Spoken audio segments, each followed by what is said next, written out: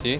और ये भी देखिए ना कि हम यानी कि पंजाब इसका नाम है, 5 दरियाओं की सरज़मीन। पानी तो यहाँ पे वाफिर है, तो पानी से हमें इस्तेमाल और इस्तिफ़ादा करना चाहिए। अगर हम वो भी नहीं करते, हमें पंजाब कहने का कोई हक़ नहीं है। पाकिस्तान के अंदर एक रिसर्च के मुताबिक आने वाले 4 या 5 साल में पानी जो है तकरीबन ख़त्म हो जाएगा, यूज़ के काबिल नहीं रहेगा।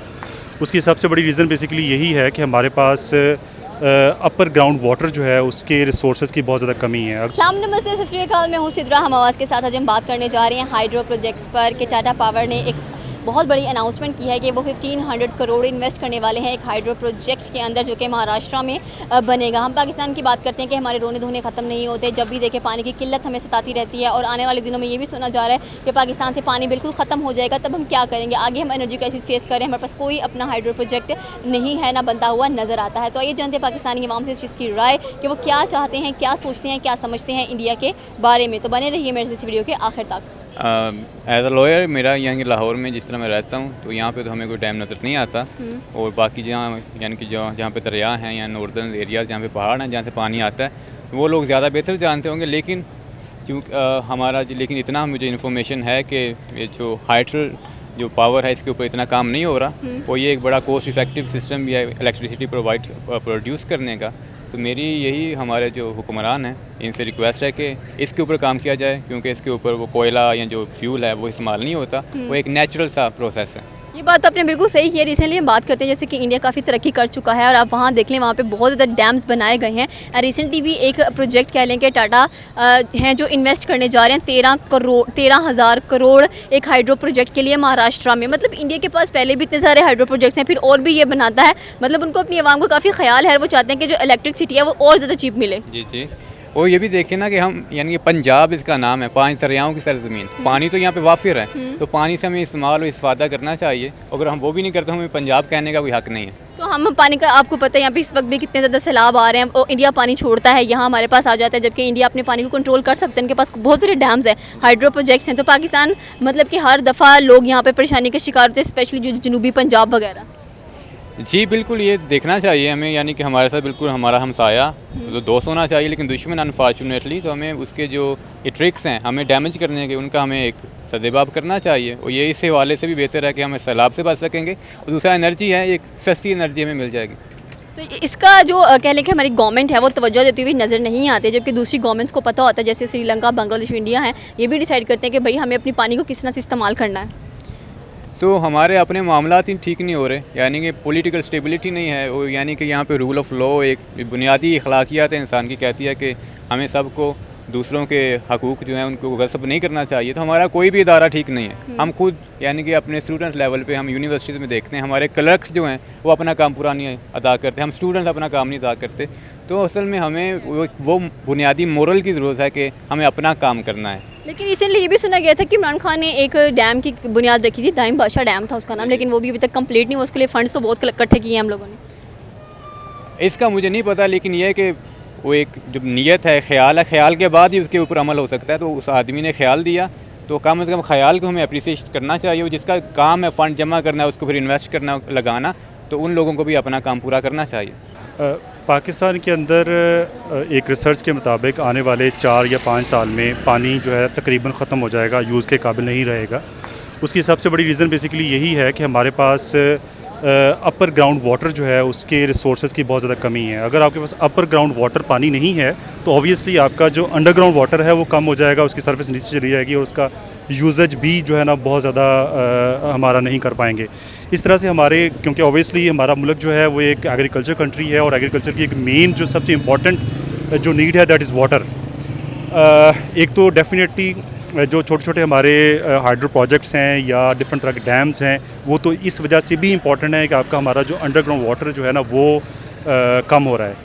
इसके अलावा हर साल हम लाखों डॉलर जो है वो सिर्फ इस वजह से ज़ाया कर देते हैं कि पानी हमारा डिफरेंट वजहों से आता है।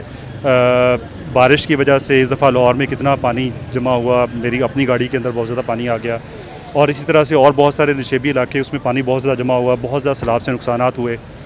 डेफिनेटली ये बहुत इम्पॉर्टेंट है हमारी गवर्नमेंट को और गवर्नमेंट के अलावा हमारे प्राइवेट सेक्टर को भी मैं समझता हूँ कि इसके अंदर आना चाहिए।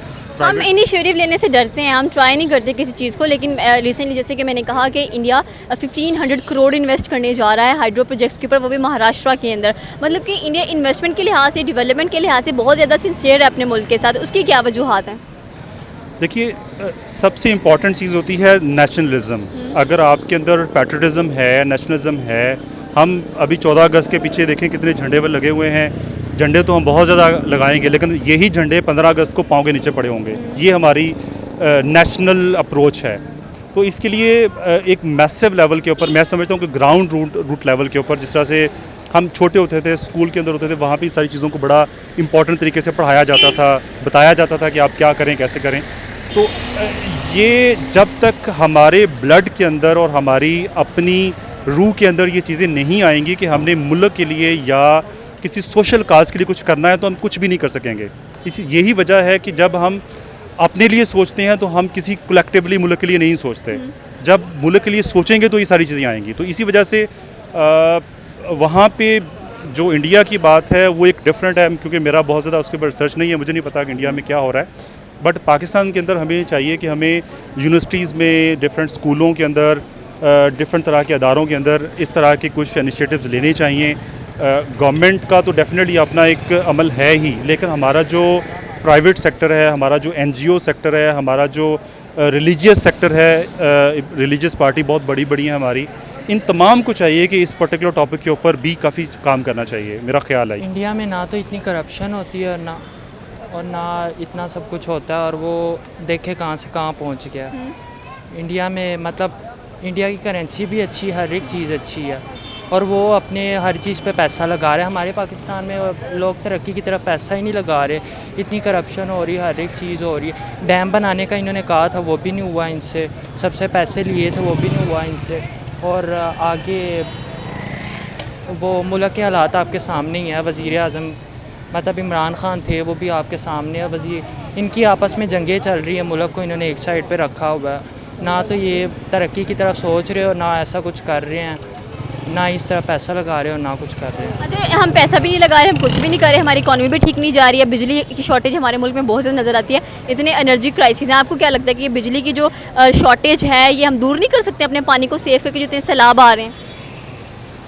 फ़िलहाल पाकिस्तान इसकी तरफ कोई तवज्जो नहीं दे रहा। पाकिस्तान मुझे लगता है मुश्किल है। पाकिस्तान में तो हालात आपके सामने ही है, क्या हो रहा है। लोग पाकिस्तान में रह ही नहीं रहे, लोग पाकिस्तान से बाहर जाने की कोशिश कर रहे हैं। किस वजह से? क्योंकि हमारे हालात बहुत डाउन हो चुके, किसी को ना नौकरी मिल रही है, ना कुछ मिल रहा है। सब लोग आपस में एक दूसरे से जंग लड़ रहे हैं। ना तो ये तरक्की की तरफ जा रहे हैं और ना ही कहीं और जा रहे हैं। मुझे नहीं समझ आ रहा आगे आने वाले हालात में क्या बनेगा पाकिस्तान का। तो इंडिया इतने आगे कैसे चला गया? उनकी हुकूमत तो मतलब अच्छी है फिर हमसे। इंडिया मतलब कर रहा है, उसकी आवाम जो है वो साथ दे रही है अपने वज़ीर आज़म का।